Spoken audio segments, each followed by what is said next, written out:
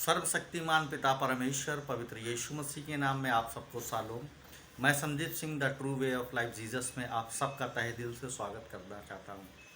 प्यारे पिता परमेश्वर पवित्र आत्मा लगातार हम सबसे बात कर रहे हैं। परमेश्वर के अनुग्रह से जो वचन आता है वो मैं ज़रूर आपके साथ में शेयर करता हूँ।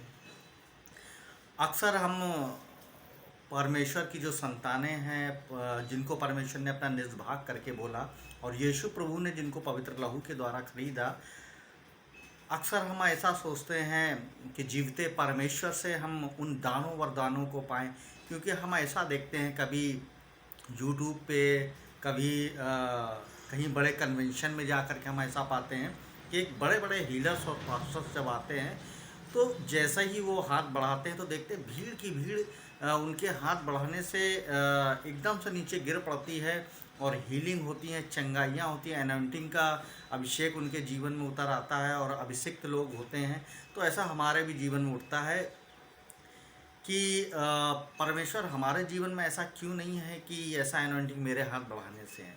बिल्कुल सत्य बात है मेरे भाई बहन, और सोचना भी चाहिए, क्योंकि कारण ये है कि जीवता परमेश्वर महान है। और पौलुस की पत्री में पौलुस बताते हैं कि जब तुम अपने आप को पवित्र यीशु मसीह के साथ मरे हुए में से जीवता समझ रहे हो और इस बात को जानते भी हो कि पिता ने जैसे उनको मरे हुए में से जिलाया वैसे हमें भी जिलाएंगे, तो परमेश्वर का ये वचन कहता है कि हम हमेशा स्वर्गीय वस्तुओं की ओर ताकते रहे और देखते रहे।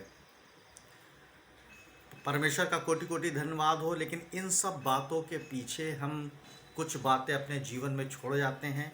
इस स्पेशल टॉपिक के लिए ही खुदावंद परमेश्वर का धन्यवाद हो, आज मौका दिया कि मैं आपसे बात करने पा रहा हूँ। लू का अध्याय 16 उसका 10 और 11 और 12 वचन में परमेश्वर कुछ ऐसा हमसे बताते हैं कि जो थोड़े से थोड़े में विश्वास योग्य है वो ज़्यादा से ज़्यादा में भी विश्वास योग्य होगा। परमेश्वर कहता है जो थोड़े से थोड़े में अधर्मी है वो ज़्यादा से ज़्यादा में अधर्मी होगा। परमेश्वर कहता है जब तुम पराये के धन में विश्वास योग्य नहीं ठहरे, धर्मी नहीं ठहरे, तो कोई तुमको अपना धन क्यों दे देगा। परमेश्वर कहता है जब तुम अधर्म के धन में अपने आप को विश्वास योग्य धर्मी नहीं ठहरा पाए, विश्वास योग्य और धर्मी नहीं रहे, तो कोई अपना धन तुमको क्यों सौंप देगा।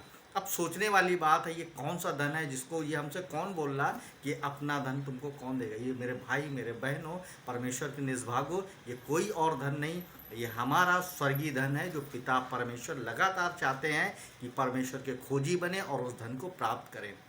अगर हमें परमेश्वर के गाढ़े अभिषेक में बढ़ना है और परमेश्वर के द्वारा दिए गए उस महान स्वर्गीय वस्तुओं के स्वर्गीय वरदानों और दानों से भरना है, तो एक चीज़ को हमको हमेशा ध्यान रखना पड़ेगा। सर्वप्रथम हमें मत्ती 7 के 1 के अनुसार कार्य करना पड़ेगा, दूसरे पर नहीं वरन अपने अंदर झांकना पड़ेगा, क्योंकि परमेश्वर का वचन कहता तुम दोष ना लगाओ, नहीं तो तुम पर भी दोष लगाया जाएगा।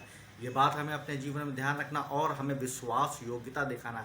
यीशु मसीह एक बार अपने चेलों के साथ में बैठे रहते हैं।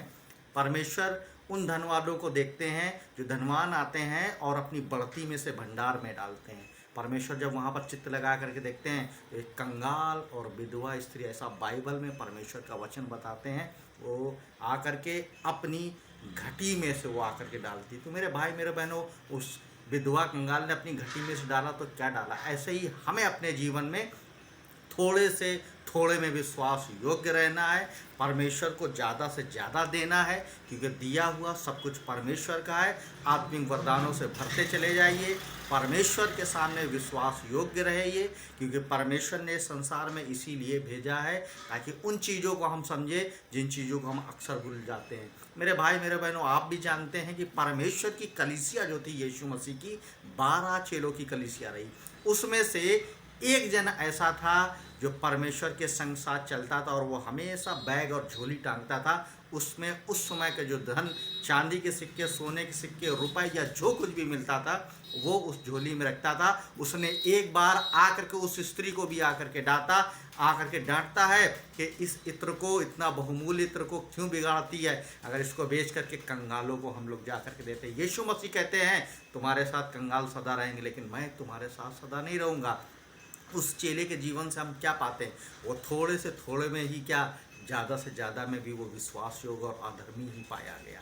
तभी तो दुष्ट ने आके उसके जीवन में प्रवेश किया और एक ऐसा काम कराया जिसको यीशु मसीह कहते हैं कि हाय उस व्यक्ति को जिसके द्वारा परमेश्वर यीशु मसीह का पुत्र पकड़वाया जाता है। इसलिए हमें अपने जीवन में चौकसी रखना है। ये बातें हैं, गहरी बातें हैं। इन बातों पे अगर हम मनन करेंगे तो ज़रूर परमेश्वर से उस उत्तम आशीष को पाएंगे जिसको अब तक हमने नहीं पाया।